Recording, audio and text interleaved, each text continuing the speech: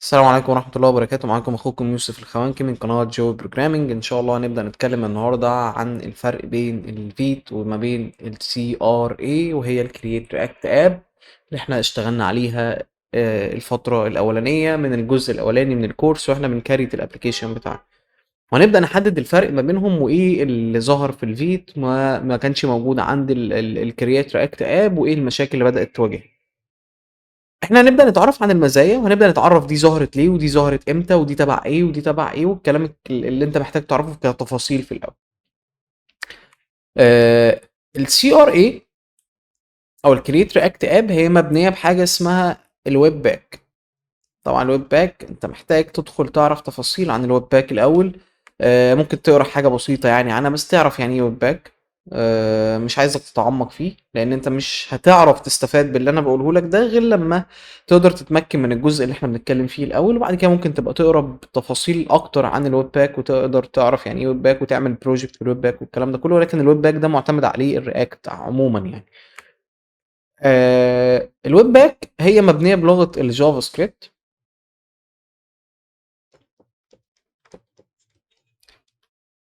من ضمن المشاكل اللي بتواجهنا احنا كديفلوبرز حته الكرييت. لما انت بتيجي تعمل كرييت للرياكت عندك على الجهاز، الموضوع بياخد وقت كبير جدا لحد ما بيبدأ ان هو يرن البروجكت بتاعك، وخصوصا انت كده بتبقى لسه في اول المشروع، يعني انت متبقاش عملت حاجة. تخيل بقى انت المشروع بتاعك لو كبير جدا فالموضوع بياخد معاك وقت اكبر في عملية الرندر نفسها عشان يبدأ يعرض لك الصفحة. وهنبدأ نعمل مقارنة ما بين الاتنين، يعني انا هنزل بروجكت فيت وبروجكت رياكت اب ونشوف الاتنين قدامنا الوقت بتاعهم قد ايه وايه مين اسرع من التاني حتى لحظيا بعينينا.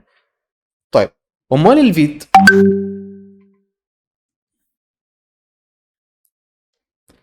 الفيت قال لك اتبنت بحاجة اسمها اي اس بيلد، والاي اس بيلد شبه الويب باك كده ولكن هي اسرع. واللي مخليها ان هي اسرع من الويب باك ان هي بنت بلغة اسمها جو. ممكن منكم يكون يعرف عنها شوية تفاصيل، برضو انت مش محتاج تتعمق في الموضوع قوي عشان صدقني ما تخرجش بره سياق اللغة اللي انت بتتعلمها او المكتبة اللي انت بتتعلمها. ولكن انا بشرح لك نظريه عامه من بره. حبيت انت تتعمق بعد كده دي بتاعتك انت، تقدر تجو فيها عادي. ولكن ده هيخرجك بره النطاق بتاعك خالص يعني. فجو دي لغه اسرع بكتير من جافا سكريبت عشان هي عندها امتدادات كتيره او فيتشرز اكتر من الجافا سكريبت، وده اللي مخليها ان هي اسرع. فلما عرفت ان هي تبني حاجه شبه الويب باك كده بالظبط، بنت حاجه اسمها اي اس بيلد، والاي اس بيلد كان اسرع بكتير من الويب باك بتاعنا.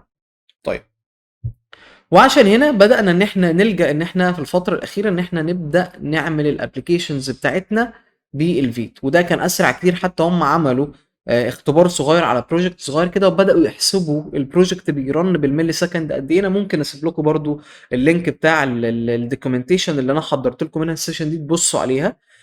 تلاقوا فيها تفاصيل اكتر. ممكن لو حد فيكم حابب يقرا عنها ما فيش مشكلة ان هو يقدر يدخل يكمل دوت، ولكن انا قلت لك هيخرجك بره سياق الحاجه اللي انت داخل تتعلمها. ولكن anyway يعني انت لو حابب تزود معلومات فدي حاجه اكيد هتبقى ليك انت اجمد وهتفرقك عن غيرك، وده اللي بيفرقنا عن بعض يعني. فهنا بدأوا يحسبوا فعلا بالملي سكند البروجكت ممكن ياخد قد ايه بالفيت وبالكريت قد ايه، وكان كل مره كان بينجح فيها الفيت بعدد حتى الباكجز اللي بتنزل بكل الكلام.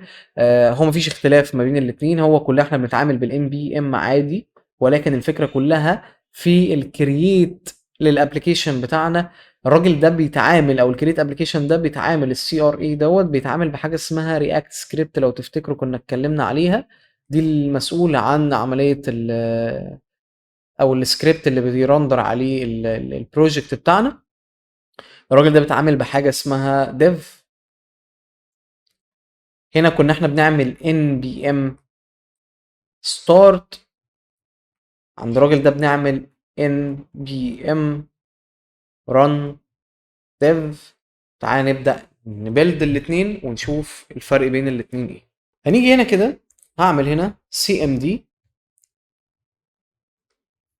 وهكتب ان بي اكس create dash react dash اب ونكتب هنا سي ار اي. وانا هظهر يعني اول ما ادوس انتر كده هحاول ان انا اخلي في تايمر. التايمر ده هيكون بيعد ونشوف احنا خدنا قد ايه وقت واحنا بنكريت الاب واحنا بنرندر الاب بتاعنا. ونفس الكلام هنعمله بالفيت ونبدأ نشوف احنا المقارنة دي هتاخد مننا قد ايه او الموضوع ده هياخد مننا قد ايه. فاعمل هنا انتر اهو.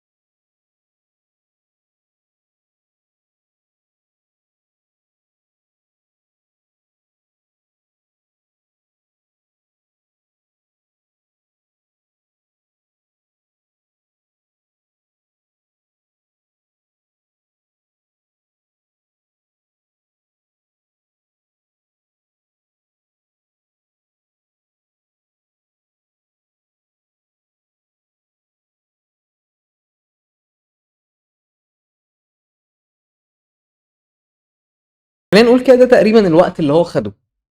آه، طبعا الجزء اللي احنا هنعمله بعد كده دوت مش هيفرق معايا. فاعمل سي دي سي ار اي ان بي ام ستارت. وده برضو اللي هبدأ اعد عليه وقت زيه زي التاني بالظبط. بدأ ان هو يرن ويظهر قدامي الفيرست بروجكت بتاعنا. ده لو احنا بنتكلم ان احنا كريتناه بالكرييت رياكت. هنقفل ده كده، نقفل السي ام دي دوت برضو كده. وهنيجي هنا نبدأ نعمل ابلكيشن جديد نسميه فيت. هنفتح هنا السي ام دي وتعال نشوف بقى هناك بنكريت ازاي الكلام ده. انا هدخل على الدوكيومنتيشن عشان تبقى شايف الكلام ده بعينك. ادي فيت جيت ستارت دوت جي اس. ادي الجيت ستارت. فهنا بقى كاتب لك دوكيومنتيشن كده. قال لك لو انت عايز تستخدم جافا سكريبت، لو انت عايز تستخدم تايب سكريبت فهي موجوده فانيلا. تعرف تكتب فانيلا جافا سكريبت، فانيلا تايب سكريبت، تعرف تكتب فيو، تعرف تكتب رياكت، تعرف تكتب بقى الحاجات الكتيره اللي موجوده ديت. فانا هقول له مثلا ان انا عايز اكتب رياكت بالشكل ده. هنا تقريبا هيدخلك على كود على الجيت هاب. بالظبط كده. هو هنا بيقول لك تشتغل لايف يعني قدامه، ولكن احنا مش عايزين دوت. تعالى انا هقول لك حاجه. هنا بيقول لك لو انت عملت ام بي ام كرييت فيت لاست وليتست تبدا تنزل اخر فيرجن. لو احنا نزلنا تحت كده بيقول لك ان بي ام كرييت فيت ليتست ماي فيو اب داش داش تمبلت فيو. فهنا لو انت هتكريت فيو، بص هنا بيقول لك حتى تعالى لو نزلنا بصينا فوق كده بيقول لك الكرييت فيت بتسبورت التمبلت اللي اسمها فانيلا. يعني احنا ممكن نشيل فيو نكتب فانيلا، نكتب فيو، نكتب رياكت، نكتب اي حاجه. فانا هاخد الجزء ده كده هنا. هنفتح اي نوت باد كده. هكتب ده هنا كده. بس انا مش هكريت فيو، انا هكريت ايه؟ هكريت رياكت. وهنا مش هسميه ماي اب، انا هسميه فيت اب عشان نبقى عارفين الفرق بين الاتنين، واخد ده كوبي كده، وتعالى نفتح بقى ايه السين دي ونروح نتفرج على الحلاوة اللي احنا هنبدأ نشوفها دلوقتي، ونعمل كنترول في. اول ما ادوس انتر نبدأ نعد تايمر زيه زي اخوه ونشوف.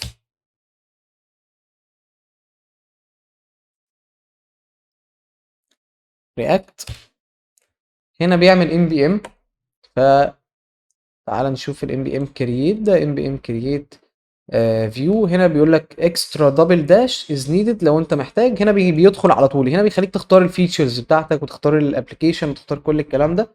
فتعالى ناخد الجزء ده برضو، يعني هما مش تفرق لو انت فيه عايز تزود فيتشرز زيادة، عايز تختار انك انت تكتب تايب سكريبت، تكتب مش عارف ايه، تكتب جافا سكريبت، تختار الفيتشرز اللي انت تحتاجها في البروجكت بتاعك، اختار اول واحدة. انا هاخد الام بي ام هنا كرييت. ممكن نيجي نلغي ده، هاجي هنا هفتح سي ام دي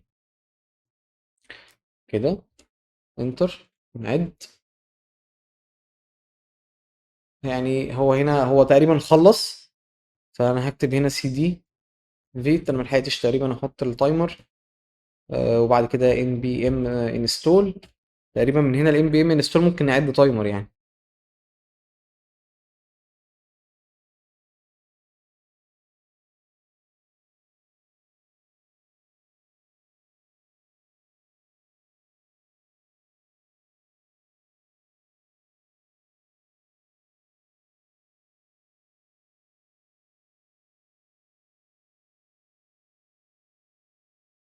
هو الراجل خلص فعلا، ما احنا ما خدناش وقت. ان بي ام رن ديف، وهنا هيبدأ يرن البروجكت بتاعنا. طلع لك هنا اللوكال سيرفر. حتى هو ما خدش وقت، بص ما خدش وقت، هو بيديك انت الحاجه انت تتعامل، فاهم يعني؟ روح بقى انجز حالك كده واشتغل، ورينا هتعمل ايه.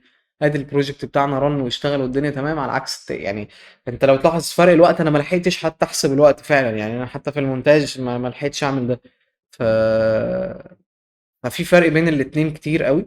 طبعا هنا الشكل بتاع الواجهه دي والواجهه دي مختلف. طبعا ترتيب الفايلات نفسه مختلف. يعني احنا لو جينا هنا فتحنا الفيت، هتلاقي ان انت البابليك بتاعك دلوقتي فيه اللوجو بس.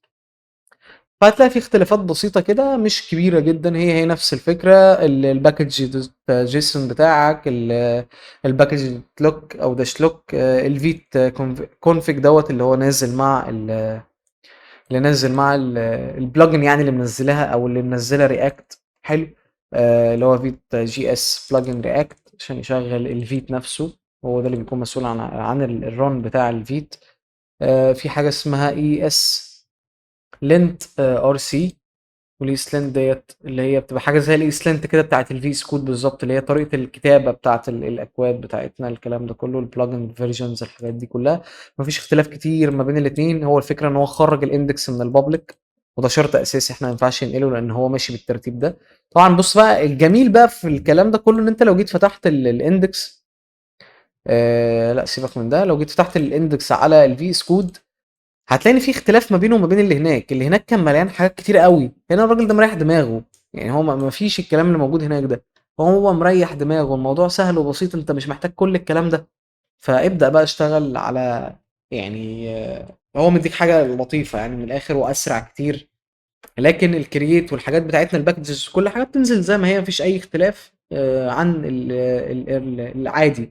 هي الفكره كلها في عمليه الكرييت للابلكيشن نفسه. وده كان فيديو النهارده، ان شاء الله استناكم في فيديو جديد نكمل السلسله بتاعتنا باذن الله. فهنبدا نتعود ان احنا من نهايه الفيديو دوت ان احنا نبدا نشتغل بالفيت في الكرييت ابلكيشن بتاعتنا كلها، نبدا نشتغل بنفس النظام.